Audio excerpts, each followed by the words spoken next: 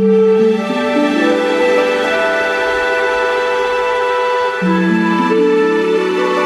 หาชนกชาดกพระมหาชนกทรงบำเพ็ญวิริยบารมีพระชาติที่สองมีพระราชาพระนามว่ามหาชนกปกครองกรุงมิถิลาแคว้นวิเทหะทรงมีโอรสสองพระองค์คืออริ ฐชนกและโปลชนกพระองค์ได้แต่งตั้งโอรสองค์พี่เป็นอุปราชส่วนองค์น้องเป็นเสนาบดีต่อมาพระมหาชนกราชสวรรคตพระอริ ฐชนกได้ครองราชสมบัติและตั้งพระโปลชนกเป็นอุปราชมีอำมาตย์คนหนึ่งได้กล่าวเท็จกับพระราชาว่าพระโปลชนกคิดกบฏและจะลอบปลงพระชนพระองค์เมื่อพระราชาฟังทุกวันก็เชื่อจึงสั่งให้จองจำพระโปลชนกพระองค์ได้อธิษฐานว่าถ้าพระองค์ไม่ได้คิดร้ายดังคำกล่าวของอำมาตย์ขอให้เครื่องจองจำหลุดออกจากข้อมือและข้อเท้าและประตูจงเปิดทันใดนั้นเครื่องจองจำก็หักและประตูก็เปิดพระองค์ก็ได้หนีไปอยู่ที่หมู่บ้านปลายเขตชายแดนต่อมาพระองค์ก็รวบรวมผู้คนไปโจมตีเมืองมิถิลาเหล่าทหารแห่งเมืองมิถิลาที่ยังรักพระองค์อยู่ก็ได้เข้าร่วมในที่สุดก็ตีกรุงมิถิลาได้ส่วนพระราชาอริ ฐชนกก็สิ้นพระชนในสนามรบฝ่ายพระเทวีขณะนั้นทรงครรภ์เมื่อทราบว่าพระอริ ฐชนกผู้เป็นสามีสวรรคตแล้วก็ปลอมตัวออกจากพระนครเพื่อจะไปนครกาญจำปากะด้วยบารมีของพระโพธิสัตว์ที่อยู่ในครรภ์ของนางท้าวสักกะเทวราชจึงปลอมตัวลงมาช่วยเป็นชายแก่ขับเกวียนแล้วพานางไปส่งนครกาญจำปากะเมื่อถึงนครกาญจำปากะก็ให้พระเทวีลงจากเกวียน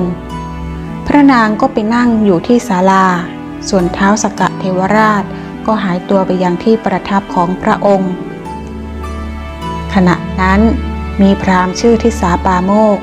ผ่านมาเห็นพระเทวีก็รู้สึกรักเหมือนน้องสาวจึงถามว่าเป็นใครมาจากไหนพระเทวีจึงเล่าความจริงให้ฟังทั้งหมดพราหมณ์ทิสาปาโมกข์จึงชวนพระเทวีไปอยู่ในฐานะน้องสาว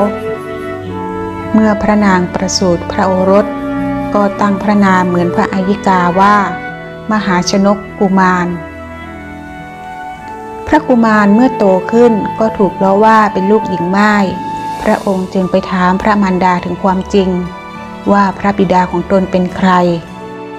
พระเทวีผู้เป็นมารดาจึงเล่าความจริงให้ฟังพระกุมารร่ำเรียนวิชาไตรเพศและศิลปศาสตร์ทั้งปวง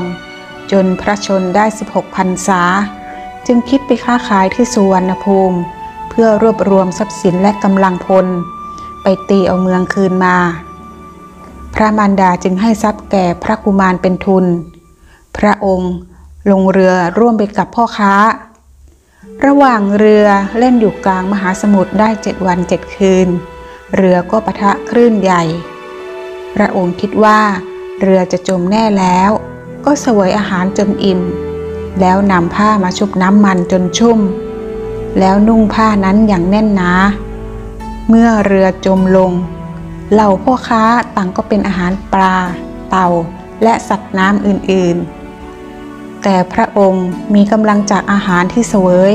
มีผ้าชุบน้ำมันช่วยไล่สัตว์น้ำพระองค์จึงรอดและแหวกว่ายท่ามกลางมหาสมุทรวันนั้นเป็นวันอุโบสถพระองค์จึงบ้วนพระโอษฐ์ด้วยน้ำเค็มแล้วสมาทานอุโบสถศีลฝ่ายนางมณีเมขลาผู้รักษามหาสมุทรเห็นพระมหาชนกแหวกว่ายอยู่เช่นนั้นทั้งที่ไม่เห็นฝั่งจึงสงสัยนางได้เข้าไปสนทนาแลกเปลี่ยนความรู้กับพระมหาชนกพระองค์เชื่ออานิสงส์ของความเพียรผู้ที่มีความเพียรแม้ต้องตายขณะทำอยู่ก็จะไม่มีผู้ใดมาตำหนิติเตียนได้เพราะได้ทำหน้าที่เต็มกำลังแล้ว นางมณีเมขลาได้สรรเสริญความเพียรของพระมหาชนก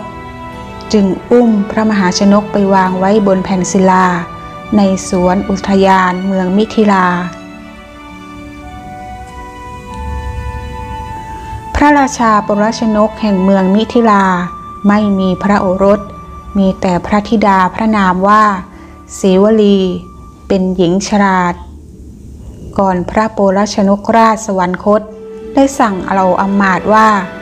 ให้มอบราชสมบัติกับผู้ที่สามารถทำให้พระราชธิดาพอพระทัยและรู้ว่าบัลลังก์รูปสี่เหลี่ยมหัวนอนอยู่ด้านไหนอีกทั้งสามารถยกธนูใหญ่ซึ่งต้องใช้แรงคนธรรมดาถึง1,000 คนจึงจะยกขึ้นได้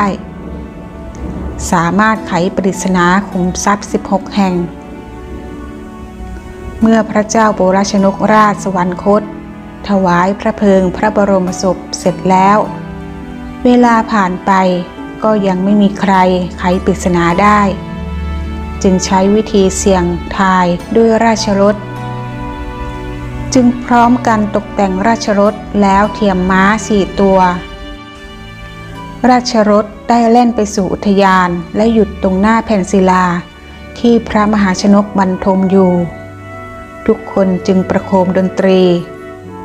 เสียงดนตรีทำให้พระมหาชนกตื่นแต่ยังบรรทมต่อเสียงประโคมดนตรีก็ดังขึ้นอีกครั้งคราวนี้ปุโรหิตจึงกล่าวเชิญพระมหาชนกไปครองราชสมบัติเพราะกรุงมิถิลาพระราชาสวรรคตและไม่มีพระโอรสมีแต่พระธิดาพระมหาชนกได้ฟังก็รับคำเชิญของปุโรหิตและได้อภิเษกกับพระธิดาศิวลี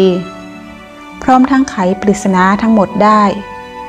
ประชาชนต่างชื่นชมในสติปัญญาของพระมหาชนกพระองค์ให้ไปรับพระมารดาและพราหมณ์ทิสาปาโมกข์จากนครกาญจำปากะมาเลี้ยงดูและทรงสร้างโรงทานใหญ่6 ทิศในเมืองมิถิลาบริจาคทานเป็นประจำพระองค์คิดถึงความเพียรในมหาสมุทรเพราะความเพียรทำให้พระองค์ได้ครองราชย์ในวันนี้ต่อมาพระนางศรีวลีเทวีประสูติพระราชโอรสมีพระนามว่าทีฆาวุราชกุมารวันหนึ่งผู้ดูแลอุทยานได้นำผลไม้หลากหลายชนิดมาถวายพระองค์ทรงยินดีใคร่จะไปชมอุทยานเมื่อมาถึงอุทยานเห็นต้นมะม่วง2 ต้นต้นหนึ่งมีผลอีกต้นหนึ่งไม่มีผลพระองค์จึงชิมมะม่วงซึ่งมีรสหวานและคิดว่าจะกลับมาอีก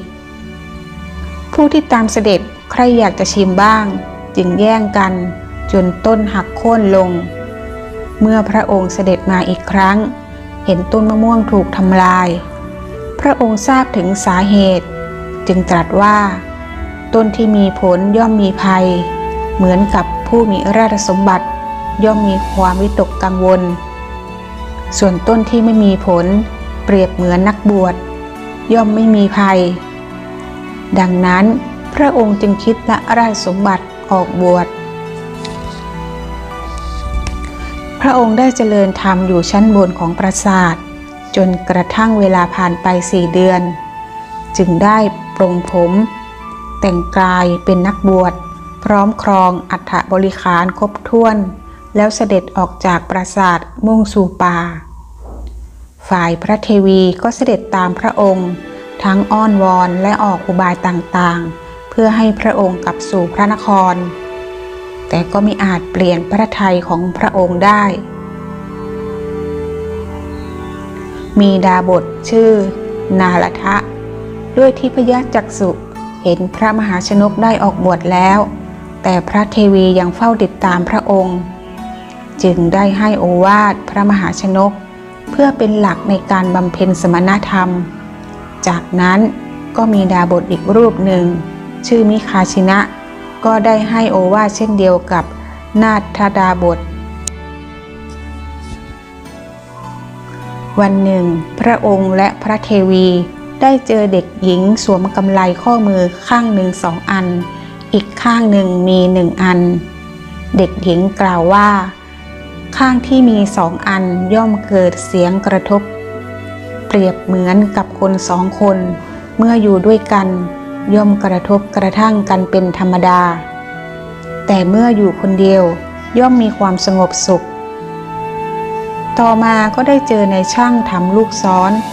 เวลาตัดลูกศรต้องหลับตาข้างหนึ่งเพราะถ้าลืมตา2 ข้างจะไม่เห็นว่าข้างใดคดข้างใดตรงเหมือนคน2 คน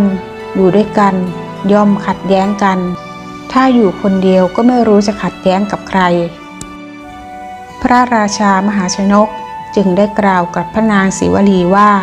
พระองค์ต้องการจะเดินทางไปตามลำพังเพื่อแสวงหาความสงบสุขไม่ต้องการกระทบกระทั่งหรือขัดแย้งกับใครแล้วก็เสด็จไปอยู่ป่าตามลำพังทรงได้ฌานแล้วเมื่อสิ้นพระชนชีพก็เสด็จสู่พรหมโลกส่วนพระนางศรีวลี